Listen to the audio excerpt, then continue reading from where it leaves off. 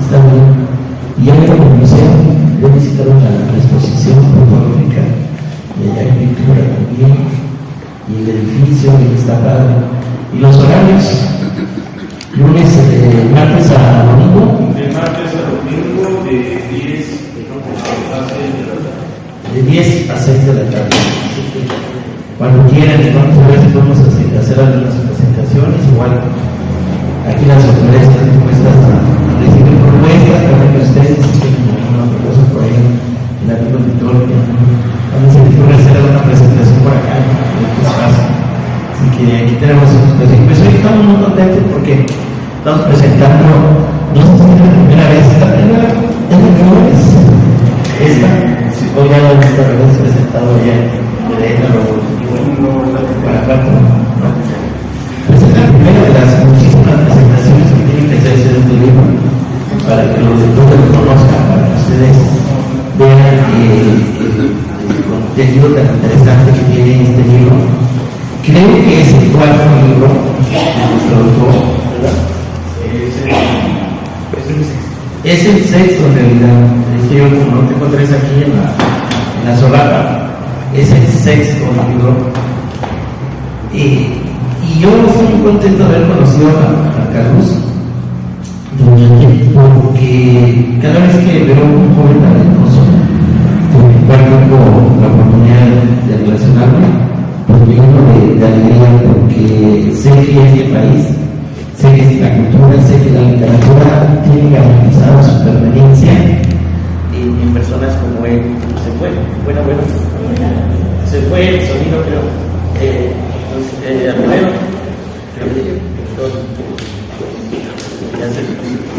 ese fue el sonido. Yo puedo hablar así.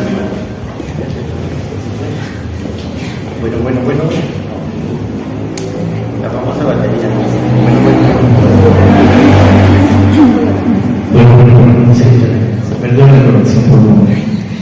Y si les decía que pues se garantiza la continuidad, se volvió ahí.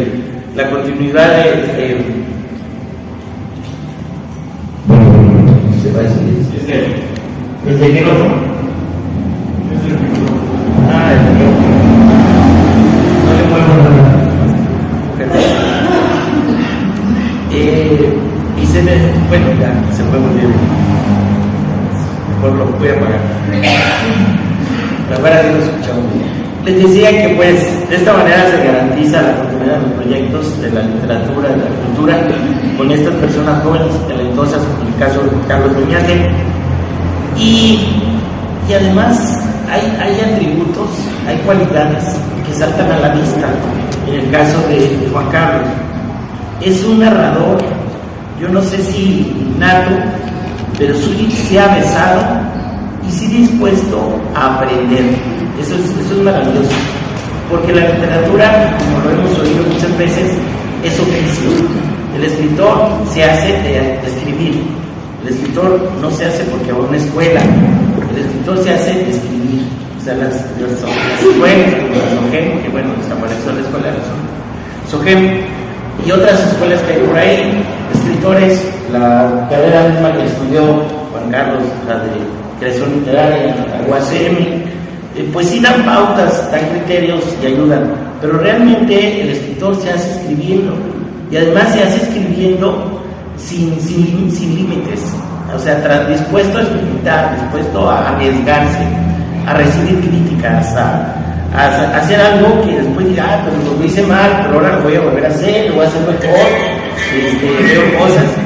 Si ustedes hubieran visto la primera versión de este libro, que fue la primera versión que él había hecho hace muchos años, y se la había dejado de alguna manera, como debe ser, por ahí guardada, enfriándose, y cuando la conocimos por primera vez, empezamos a notar cosas que a lo mejor ya había él corregido con el tiempo, pero no se había percatado, que debía volver a su libro y verlo de otra manera. Entonces ya cuando lo vio él mismo se dio cuenta, sí, siento, aquí tengo frases, aquí tengo palabras que quizá hoy están de más y hay que volverlas a replantear. Entonces se dieron muchas cosas y fue muy grato tener ese contacto con Juan Carlos, ir ayudándole un poco, porque pues él es el creador, él es el autor, y solamente uno es una ayudadita para que esto se vea más claro, para que esto quede más gustoso para ustedes, los lectores.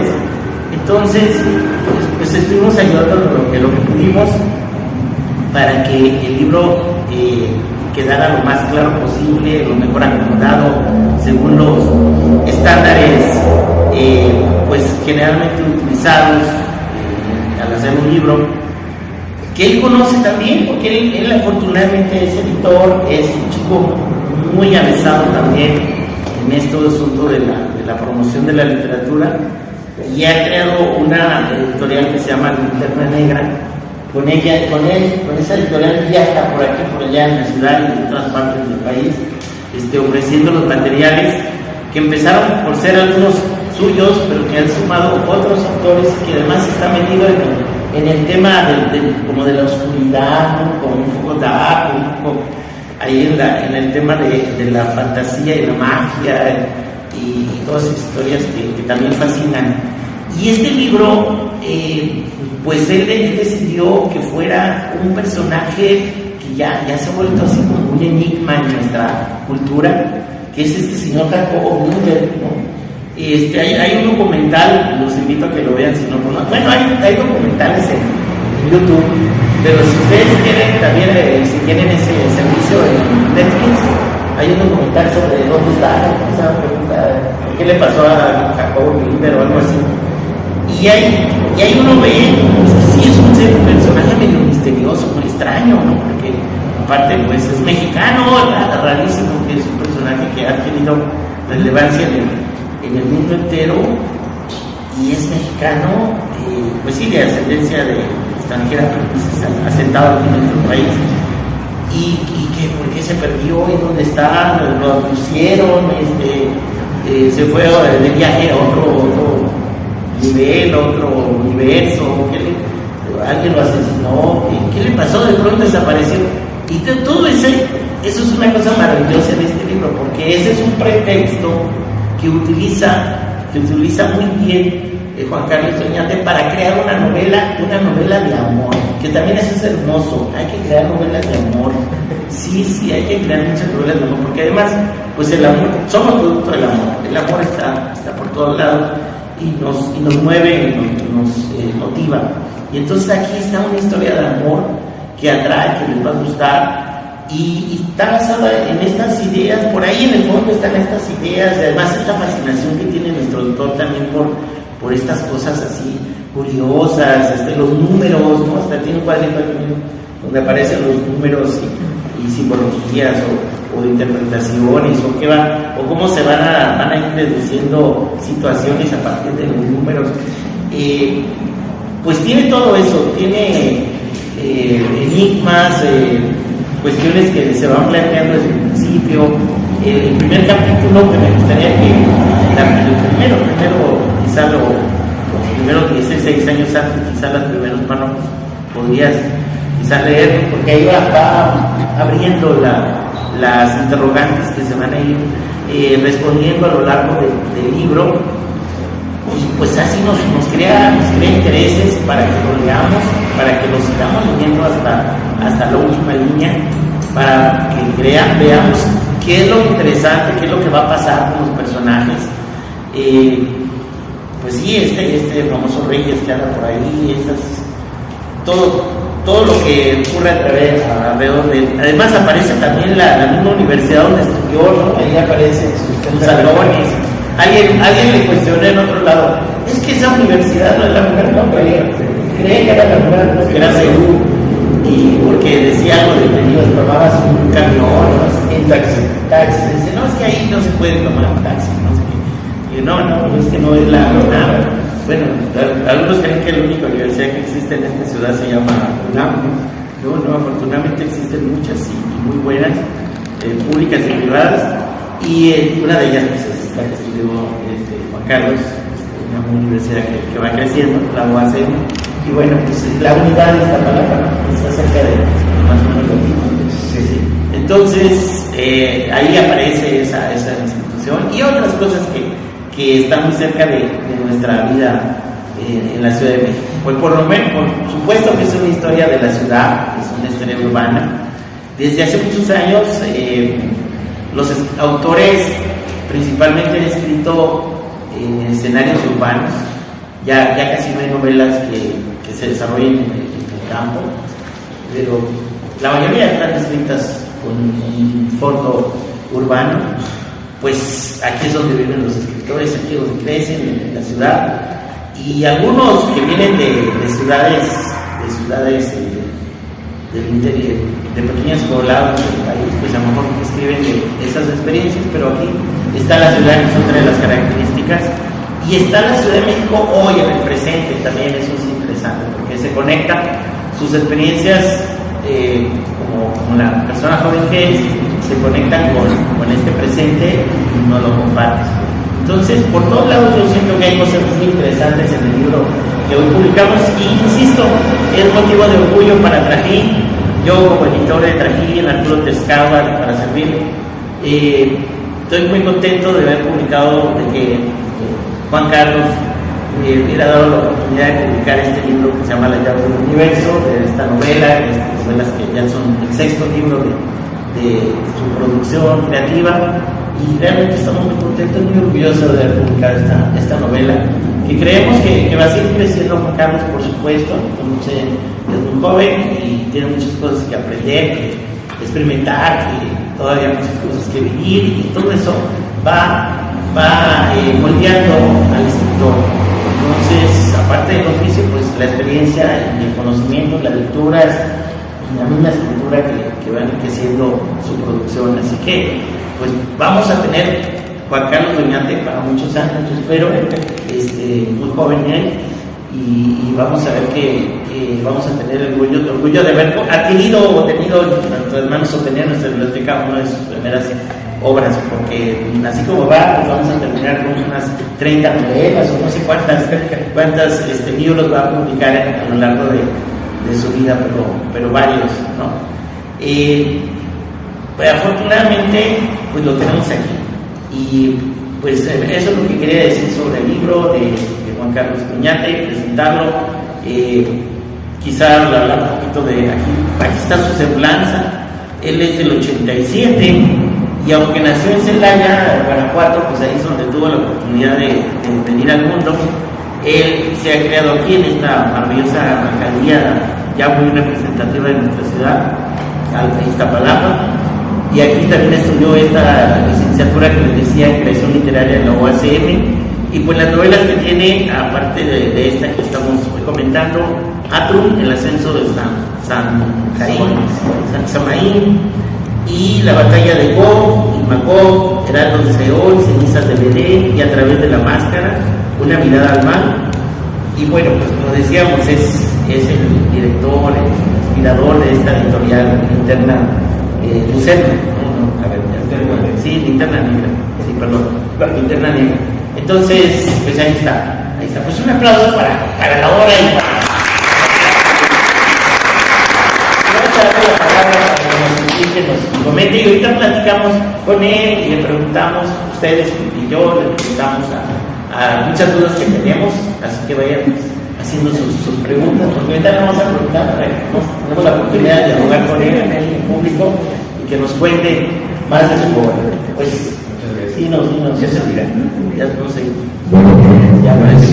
A ver si no se o me escuchan así o hablan así normal.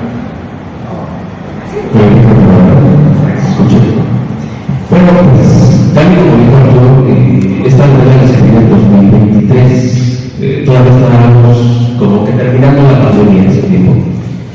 Y obviamente me hice una resurrección a la novela, porque la escribí durante el transcurso de un año en 2023. Y pues el manuscrito que me mandaron, primero mandé a una editorial española, pero después rescindí el contrato, por tener algunas cositas de esta editorial que no eran muy buenas. Después lo seguí guardando, me dio otra edición por ahí, y cuando lo mandé a Trajín, Arturo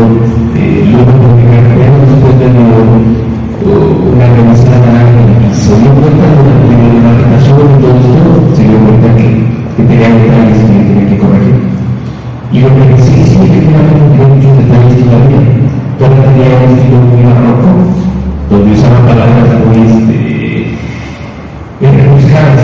Todavía tiene palabras rebuscadas, pero tenía más todavía. Entonces sí, está revisando y fue leyendo de cositas y si me di cuenta de algunos detalles como repeticiones y por ahí algunas incoherencias que tenía. Entonces tuve que reestructurar todo y en un proceso muy rápido lo volví a entrar hacia la manera.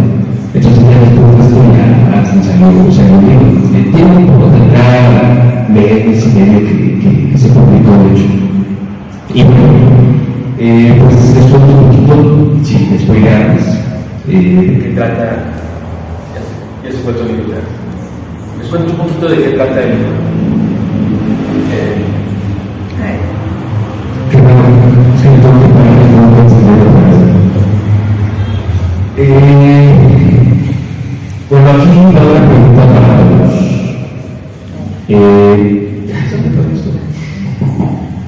¿Qué hubiera pasado si viviéramos en el lugar? O más bien, ¿alguna vez ustedes han cometido un error del cual se arrepienten y viven pensando o no consultan con la almohada de qué hubiera pasado si esto no hubiera ocurrido? Si una decisión que ustedes tomaron en un determinado momento, nos han preguntado si esa decisión puede haber tenido otra consecuencia. Entre muchas decisiones que tomamos en la vida, obviamente esas decisiones nos llevan a una consecuencia. A veces pensamos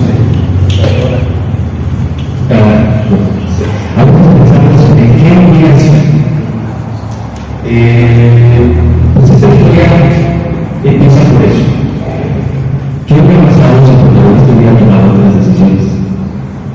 Y el protagonista tuvo que quedarse, obviamente se pasa por un proceso doloroso, de un amor porque, como lo pintaba, como lo describía el amor realista, el amor que vive el pensamiento, en la mente, en el mundo de las ideas,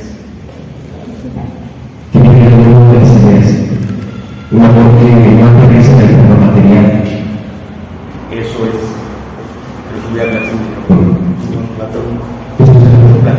Ese es el amor platónico justamente, el amor que no aterriza en el mundo terrenal, que solamente se queda en la mente o en el mundo de las ideas. De hecho, Platón decía que había un demiurgo que era el intermediario entre el mundo de las ideas y el mundo de la materia, y este demiurgo se encargaba de moldear justamente la materia.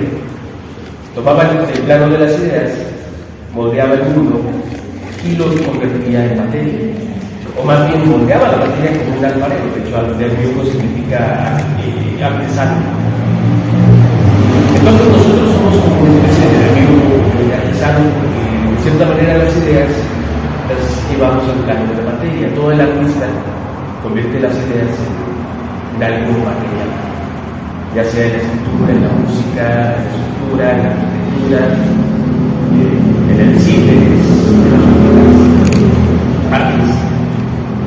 Y bueno, ¿por qué estoy mencionando esto? Justamente porque también el amor, que hubiera sido y nunca fue, se queda plasmado en el aire, en el mundo de las ideas.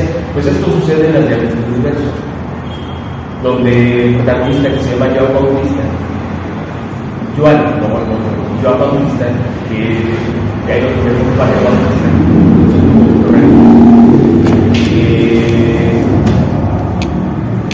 se queda con este amor frustrado, que solamente vive en las ideas. Pero de cierta manera no solamente se queda ahí, sino que busca la manera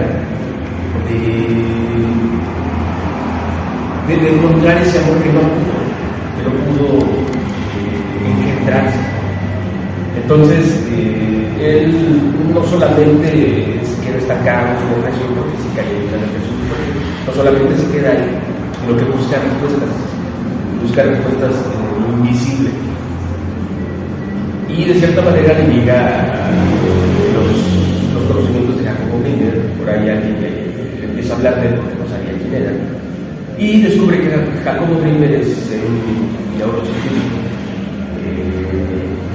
que estudiaba justamente la mente, pero no solamente la mente en el aspecto de cómo la puede estudiar un psicólogo o un psiquiatra o justamente como un neurocientífico tradicional, sino que se empieza a enfocar en la metafísica, con la física cuántica, cómo el cerebro está interactuando con una malla a la que le nombró la lápiz. Es como un sistema donde encierra todas las cualidades del universo y el cerebro tiene relación con él. Él decía que nosotros somos como una radio, como un celular que de alguna manera está interpretando señales. En nuestro cuerpo, pues es el cuerpo, pero el cerebro es como esa radio que está interpretando ciertas frecuencias. Entonces él decía que el cerebro está conectado con esta malla a la que ilumina la lápiz y que esto se conecta con el campo cuántico y que empieza con los campos mórficos y que la realidad se puede moldear de cierta manera. Y sí dice la física cuántica que el experimento de la doble rendija consiste en que donde ponemos nuestra atención creamos nuestra realidad. Se va a apagar. Sí, decía que el cerebro está conectado con este campo informacional. Con este campo informacional, y como les dije, la física cuántica dice que donde ponemos nuestra atención, esa realidad se está formando ahí. O es como un poquito relacionado con el dicho de que si un árbol cae en el bosque, no recuerdo cómo dice, y si nadie lo escucha, no sé si han escuchado ese dicho. Sí, que si nadie lo escucha, quiere decir que hubo sonido, algo así. Por ahí va ese dicho que no recuerdo cómo va exactamente. Y bueno, justamente Joan encuentra como la manera de encontrar ese amor que se le frustró. Pero esto no a través del mundo material, sino a través de conceptos metafísicos, donde está interactuando la física cuántica, donde todo, el tiempo no es lineal, sino simultáneo. Según la física cuántica, y esto no está comprobado por un método científico, pero sí mediante este concepto pues metafísico se puede decir. El tiempo no existe como tal.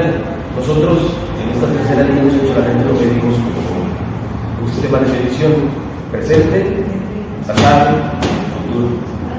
Pero en el mundo cuántico todo es simultáneo. Eso quiere decir que el presente, el futuro, el pasado y el futuro existen junto con el presente. De locos. Pero eso quiere decir que tu futuro está existiendo en estos momentos y tu presente está existiendo, y tu pasado está existiendo con el presente. Entonces, sí, dicen, bueno, entonces, ¿por qué no puedo saber el futuro? Pero la física cuántica dice que hay distintas versiones del futuro, distintas versiones posibles. Pero bueno, independientemente de esto, Joan encuentra la manera de buscar ese amor, o más bien no lo buscan, sino que estas líneas se entrecruzan y en otro universo paralelo él descubre que su realidad es muy distinta por las decisiones que toma. En un determinado momento, Joan Bautista toma una decisión muy distinta a la que en un universo presente tomó. Entonces, esa otra decisión lo llevó a una vida muy distinta. Y en esa otra vida, en ese otro realidad, descubre que ese amor sí fecundó de una manera. De cierta manera sí fue posible, pero en su línea no. Entonces se entremezclan los universos y empieza esta historia. Como yo les decía hace rato, ¿qué hubiera pasado si una de las cosas que nos salió mal, hubiera sido de otra manera. Obviamente nuestra vida no estaríamos aquí, o nuestra vida sería distinta. Tal vez ya no existiríamos. Tal vez hubiera pasado algo que nos hubiera desvivido por ahí. O seríamos una persona muy distinta a la que somos actualmente. Entonces todo esto que de lo que estoy hablando es lo que fundamenta esta historia. Sí, es una historia de amor, sí, pero no una historia de amor tradicional. Es una historia de amor que está navegando entre el misticismo, entre el esoterismo, entre la física cuántica, porque al final de cuentas todo esto va de la mano. La metafísica es lo que investiga aquello que la ciencia no puede comprobar de forma física. Y bueno, los griegos el conocimiento griego estaba plagado de metafísicos, desde Pitágoras, Sócrates, Platón y Sócrates fueron discípulos de Pitágoras. Pero de hecho Platón fue el que fundamentó más o consolidó más la escuela de los pitagóricos. Todo este grupo de la hermandad pitagórica compuesta por músicos, artistas y místicos. Y actualmente la filosofía ya empezó a separar la filosofía del misticismo, pero la que van de la mano. El arte, la música, el misticismo, la filosofía van de la mano. Ahorita ya no. Entonces, también este libro habla un poco sobre la numerología, un poquito de barradita por ahí. Porque la numerología también está muy ligada a la física cuántica. Se dice que todos nosotros estamos codificados por el sistema numérico. Desde que comenzó el universo, empezó como el sistema, como un reloj. Entonces, desde nuestro nacimiento, todos estamos codificados con números. Los pitagóricos decían que hasta nuestro nombre tiene números. Pero nuestra fecha de nacimiento y todo esto tiene un número, aunque nos regimos por el calendario gregoriano, pues hay unos números por ahí que están influyendo mucho en nuestras decisiones, en lo que somos, porque al final de cuentas estamos como codificados, como estaría un videojuego, como estaría un programa de computadora. También, como Oliver decía, la teoría sintética, y hay un poquito de esto, no mucho, pero sí, porque si ya hubiera mucho ya sería ensayístico o algo parecido. Pero dice que el universo está justamente regido por una geometría y por números. Y también se fundamentó en la cábala, que decía que los números influían mucho desde el 0 hasta el 1, hasta el 9 es el último número de los y pues la geometría está muy presente en el universo porque nosotros estamos hechos de geometría. O sea, nuestro cuerpo podemos geometrizarlo de todo. Este libro está hecho de geometría cuadrada, todo, absolutamente todo. Y los pitagóricos decían que los triángulos estaban en todos lados, el triángulo estaba presente en todos lados. Y desde ahí pues, hay un concepto de la trinidad. El triángulo representa el equilibrio, no la armonía, porque ya rompía con la dualidad, que es el lado opuesto. Los lados opuestos decían los pitagóricos eran imperfectos o defectuosos, porque o es frío o es agua, o es noche o es día, o es oscuro o es blanco, y hay un defecto ahí.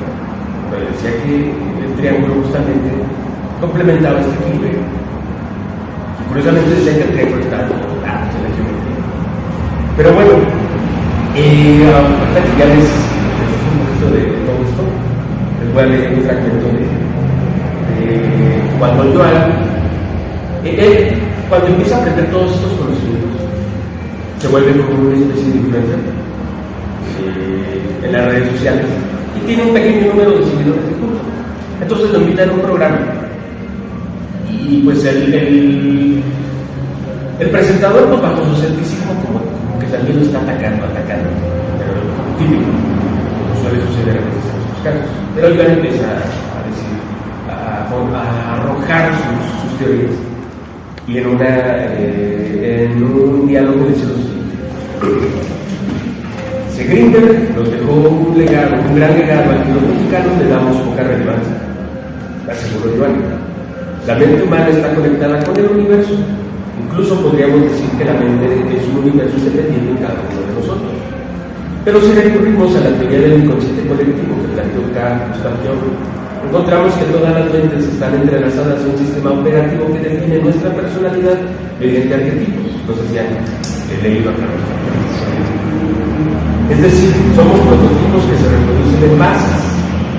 Somos el producto de un sistema codificado que define nuestro yo mediante modelos estereotipados que actúan en una sociedad. En la sociedad del mundo construido por una matriz holográfica a la que actualmente llamamos matriz.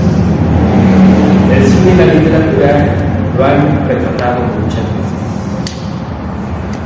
Luego estoy presentado, eso es muy interesante, señaló Romero mientras entrelazaba los dedos de sus manos a la altura de su larga pierna que yacía cruzada sobre la boca. Es como trasladar la visión de las películas Matrix, donde sale Keanu Reeves, a nuestra realidad. Sería como decir que nuestra realidad es un sueño y que de pronto despertamos y descubramos que todo este tiempo estuvimos conectados a una computadora. Quien hizo esas películas fue un genio. Es increíble cómo la fantasía surge, cómo de la fantasía surgen ideas tan realistas o decisiones.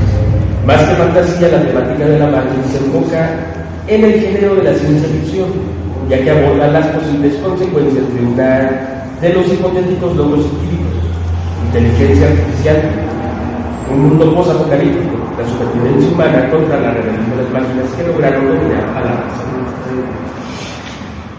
La expresión de Romero se hizo evidente el disgusto que le provocó la corrección de su entrevistado, aunque intentó disimularlo con una sonrisa forzada. Debió prepararse mejor, o al menos ser más cauteloso al hablar frente a un experto sobre el área. Sin embargo, su ego desmedido le impediría pasar por alto el agravio sin cobrar represalias. Después de todo, era un conductor experimental, así que buscó la manera de poner en calma el siguiente cuestionamiento. Esto hasta cierto punto puede resultar confuso para quienes no están familiarizados con el tema. Pero digo, ¿tú cómo lo explicarías de una manera específica? ¿Cómo presentarías esta maravillosa teoría para quienes no están cercanos para que quienes no están cercanos al tema puedan comprender la experiencia? Sería interesante que le explicara de una forma que nos permita considerar la posibilidad de que la matriz exista dentro. Ahora les digo, la matriz holográfica implica que estemos conectados a una máquina de sueños y nuestro entorno sea un mundo onírico. Nuestro sistema neuronal interactúa con una porción limitada de la matriz a través de sus órganos receptivos. Esta porción se transforma en un lenguaje neuronal que después genera una imagen perceptual, la cual solo es una representación de una realidad física. Sí debemos despertar, pero no físicamente, sino de forma espiritual. Y bueno, este es un fragmento de esta entrevista que le hace. Aquí él todavía tiene el conocimiento en la mente, pero todavía no lo la práctica. Entonces, de pronto ocurre un suceso inexplicable que lo lleva a otro universo. Aquí yo les contaba que justamente tiene una vida muy distinta, donde el amor idealista que él tenía se fecundó de otra manera. Pero en ese universo descubre que este amor que sí se fecundó no es lo que él esperaba, que hay otro resultado muy distinto donde todo se vuelve una monotonía y un aburrimiento. Porque también, según los neoplatónicos, decían que cuando el amor idealista, que es puro y perfecto, se fecunda en el mundo material, se va desgastando. Lo que nosotros conseguimos con la pureza del amor idealista, cuando aterriza y corre con el riesgo de desgastarse y que ya no sea como lo que pensábamos, a menos que sepamos conservar ese amor como lo decía Platón, llevarlo a a lo más alto y conservarlo como lo más puro. Pero si no sabemos llevarlo a la grandeza o a lo sublime, pues este amor se va desgastando, ya no es lo que era en un principio. Porque aterriza en el mundo material y se desgasta como todo se desgasta en el mundo material. Solamente lo que es, solamente las ideas se perduran, pero la materia. Entonces, pues esto es parte de vivir. Justamente las llaves del universo se llaman porque, como te habla de números, te habla de física cuántica, Nikola Tesla decía que si conocieras la magnificencia del 3, del 6 y del 9, tendrías las llaves del universo. Pero también pueden ser las llaves del universo porque el amor también te entrega las llaves de tu propio mundo. Para Buda era el desapego. Para Nikola Tesla eran los números. Para Jesucristo era el amor. Para los pitagóricos eran las matemáticas. Para los gnósticos era la gnosis, que era el conocimiento luminoso, el conocimiento directo de tu propia naturaleza luminosa. Bueno, para ustedes, ¿qué serían las llaves? Digo, las llaves del universo. Para ustedes, ¿qué serían las llaves del universo? ¿Qué representarían esas llaves? Una nueva oportunidad. Tal vez. Una nueva oportunidad a la que hubiera sido si no hubiera cometido esos errores. Si aquella persona no hubiera cometido esos errores o no hubiera tomado otra decisión muy distinta. Aunque lamentablemente cualquier decisión que tomemos nos lleva a ciertas consecuencias que también podrían tenerlo malo. Cualquier decisión. Nos arrepentimos de algo, pero eso pudo haber tenido otras consecuencias más graves de las que sucedieron. Tal vez sí, tal vez no. Pero pues el mundo es impredecible en este sentido. Muy bien Juan Carlos, pues ya nos explicó lo que en general contiene su libro, ya nos habló de cómo lo consiguió y cuándo y un poco cómo se hizo, y pues ahora les toca a ustedes que me hagan una pregunta, un comentario. Ya tenemos el primero, a ver, vamos a preguntarle. Yo quiero preguntarle, la primera pregunta es, ¿y para Jacobo cuáles son las llaves del universo? Pues creo que Jacobo Greenberg se quedó todavía en un limbo, porque seguía sus investigaciones y quería encontrar la respuesta a la realidad. De hecho, Jacobo Greenberg conoció a Carlos Castaneda, que también era otro metafísico, quien escribió las enseñanzas de Don Juan. Era un antropólogo, pero de cierta manera le dio miedo a Carlos Castaneda, porque dice que era demasiado ambicioso, que la ambición de Carlos Castaneda le dio miedo. Y Jacobo Greenberg podía ser ambicioso, pero no tanto. Carlos Castaneda tenía como su secto, una secta. Entonces fue adquiriendo ciertos conocimientos de un lado, de otro, tomando conocimientos de ya hay mucho de chamanismo. Justamente Jacobo Greenberg llegó a relacionar la ciencia con la metafísica o el esoterismo para conocer a Pachita, la curandera, que hacía milagros, que se supone que dice materializaba órganos, sus manos para hacer operaciones, pero ella decía que lo hacía porque el espíritu de Corte la poseía. Esto es lo que se dice. De hecho, a Pachita la conoció también Salvador Freixer, que era un teólogo, y hay un escritor que todavía vive, Jodorowsky, también él estuvo y presenciaron sus operaciones. Pero Jacobo Greenberg, pues él seguía en sus investigaciones, pronto desaparece. No sabe qué sucedió. Según lo que se sabe, y el documental que está en Netflix y otros documentales dicen que estuvo inmerso más bien la CIA ya estaba colaborando con él. Y de hecho fue muy raro porque su esposa, o más bien no su esposa, sino la mujer que tuvo una relación con él al final, pues estuvo un rato con él, pero la relacionaron mucho con su desaparición. Entonces dicen que a lo mejor era una infiltrada de la CIA, no se sabe exactamente, pero la CIA tiende a hacer este tipo de cosas.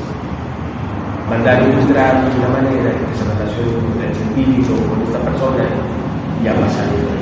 Desapareció, investigaron, pero no se llegó a nada. O al menos no se sabe. Entonces creo que el planteo del universo para Jacobo Greenberg era seguir descubriendo cómo poder salir de esta realidad. Justamente los hinduistas llamaban esta realidad la rueda del samsara, donde tú reencarnas una y otra vez, podría resultar o podría ser algo aterrador. Mueras y de pronto descubres y otra vez vuelves a nacer, descubres un interminable. Entonces creo que Jacobo Greenberg quería descubrir cómo poder liberarse de esto, pero creo que las llaves para él es el conocimiento.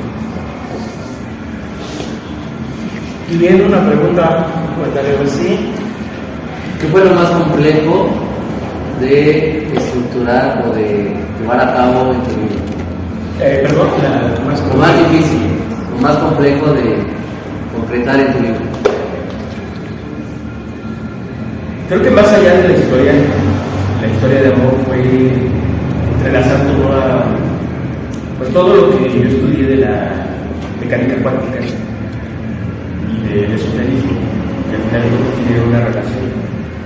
Porque en un principio, en los primeros manuscritos, todavía había información que no estaba sustentada, estaba divagando mucho. Entonces, en las segundas ediciones, ya basado en la información que yo adquirí, fui incluyéndola aquí. Pero más que nada fue relacionar todo esto de los mundos alternos, de la física cuántica, algo al menos que estuviera sustentado por los autores o por los escritores. Eso fue lo más complicado. ¿Tengan más preguntas? Sí. Hola, Juan Carlos. Hola. Quiero saber, en realidad son dos preguntas dentro de lo mismo. Quiero saber qué tan difícil fue generar una novela de un tema tan complejo, sobre todo en la búsqueda constante de generar un vínculo real con los lectores, ¿no? Porque no es una lectura fácil, o sea, aunque lo planteas desde la perspectiva del amor, con todos estos temas, pues no es como para venderlo como una novela de amor. Considero que es un tema que sí debes tener como conocimientos previos para poder sumergirte. ¿Cómo buscas crear ese vínculo con una historia que trae un trasfondo tan elaborado? Justamente yo creé esta novela en el 2023, donde tuve algunos procesos en los que empecé como a adentrarme un poquito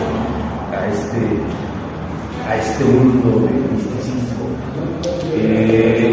Por ejemplo, alguien que a lo mejor no practica el misticismo o no lo entiende, podría pasar desapercibido mucho de esto y va a entenderlo por la historia de la música. Esto fue en mi caso cuando yo vi una película de Jim Carrey, no recuerdo cómo se llama. La verdad, ahorita olvidé el nombre, pero habla de numerología. En el momento que yo la vi hace muchos años, no la entendí, como la entendería ahora. Es lo mismo que me pasó cuando yo en la universidad leía Carl Gustav Jung. Pude entenderlo desde la psicología, pero no desde el misticismo de la metafísica. Carl Gustav Jung habla mucho de eso. Sus arquetipos están basados en los arcanos de Tarot. Pero a lo mejor si no estamos un poquito empapados de este conocimiento, a lo mejor lo vamos a ver desde otra perspectiva. Igual, dependiendo de nuestro conocimiento, vamos a ver una perspectiva diferente. Entonces, en el 2023, cuando yo hicimos esta novela de amor, ya había empapado con estos conocimientos, especialmente de la numerología. Y por eso decidí unir acá estos campos. Se me ocurrió, ya antes había escuchado sobre estas experiencias que cuentan en YouTube de las personas que tuvieron encuentros cercanos con el efecto Mandela, con las líneas alternas. Entonces por ahí en algún momento escuché la experiencia de una persona que dijo que un día, quién sabe si se hace, solamente quedó en un testimonio de una experiencia. Una persona que un día despierta, se va a dormir, despierta y descubre que está casado con otra persona. Entonces él despierta y se encontró a una chica a su lado y resulta que era su esposa. Entonces, ¿qué pasó aquí? Eso es lo que cuentan, no sabemos qué pasó. ¿Un salto cuántico? Ajá, no sabemos si fue cierto o no, pero eso está según su testimonio. Entonces cuando yo escuché esta historia, se me ocurrió crear una novela. Se me ocurrió crear una novela cuando yo escuché esta experiencia, y de ahí surgieron las primeras ideas para el universo. Esto fue en pandemia justamente, como por ahí del 2020. 3 años después, empiezo yo a conocer un poco de numerología, un poquito de esoterismo, un poquito de todo esto, aunque no lo practicaba, pero empiezo a conocerlo. Y empiezo a unir todo esto con la historia de cómo funcionaría dar un salto cuántico, cómo se podría dar un salto cuántico. Porque podemos darnos como las experiencias del metro, que mucha gente dice que te pasan cosas raras en el metro, y es como una experiencia colectiva. Tiene un nombre, una experiencia de memoria colectiva, donde la gente en el metro de pronto le pasa algo raro y dice, pues ¿qué me pasó? Esto no puede ser cierto. Pero no solamente es testimonio de una persona, es testimonio de muchos. Que a lo mejor el metro pasó y nadie no se paró, y que el metro nunca llegó a la estación, pero que de pronto, todo esto no sucede. Entonces yo empiezo a relacionar todo esto del conocimiento de sus investigaciones con la mecánica cuántica, con el misticismo, con la metafísica, y empiezo a relacionarlos para fundamentar el salto cuántico. Pero un salto cuántico, aunque es por accidente, ¿cómo podríamos dar un salto cuántico de manera intencional? Yo quisiera subrayar que efectivamente en la novela se habla de todo esto y le justifica la historia, le da un marco teórico, pero la historia se puede leer sin que uno se enganche en todo eso. Quiero decir, no es que tenga uno que tener conocimientos previos del tema para entender la historia. La historia, el discurso que él elaboró justifica toda la historia de amor y todo lo que va a suceder, pero uno puede leer la historia y aprende de estas cosas, se sumerge en este tema, pero la puede leer sin tener contacto previo con estos temas, ¿sí? Yo, para que cuando lo lean, cuando vean, van a darse cuenta que no precisamente es un libro técnico, o sea, que uno vea y diga, es que si no sé hacer esto, de este tema no voy a entender nada, ¿no? Si no he leído a Jung, no he leído a Greenberg, no he leído a esto, no voy a entender nada. No, sí se entiende. Hay una parte, incluso lo que estuvo leyendo él, es el capítulo más teórico, es la parte más teórica. Es una entrevista donde usa la técnica de la entrevista, que es una manera, pues, del famoso método socrático, de preguntas para obtener el conocimiento, que es como para dar la oportunidad a explicar la teoría, pero es la parte más árida, vamos a decirlo, del libro, pero todos los demás capítulos son narrativos, entonces está de fondo todas estas ideas, y qué bueno, pero la historia sigue caminando. Yo sí digo que es una historia de amor, porque desde el principio la anécdota principal es una relación amorosa que se va a dar o no se va a dar justamente en estos mundos paralelos, en estos universos que se van creando a partir de estas posibilidades. Se puede dar o no dar, y eso es lo que vamos a encontrar, pues a ver si se da o no se da esta historia de... Sí, exactamente como dijo Arturo, el libro está hecho para leerse como una historia, no tanto como algo técnico, que sí puedes encontrarlo por ahí, pero no, a lo mejor alguna persona que conoce esos temas, pues se va a sentir más interesada, pero también está formulado para alguien que no, o sea, que no está empapado en esos temas, o ahí es.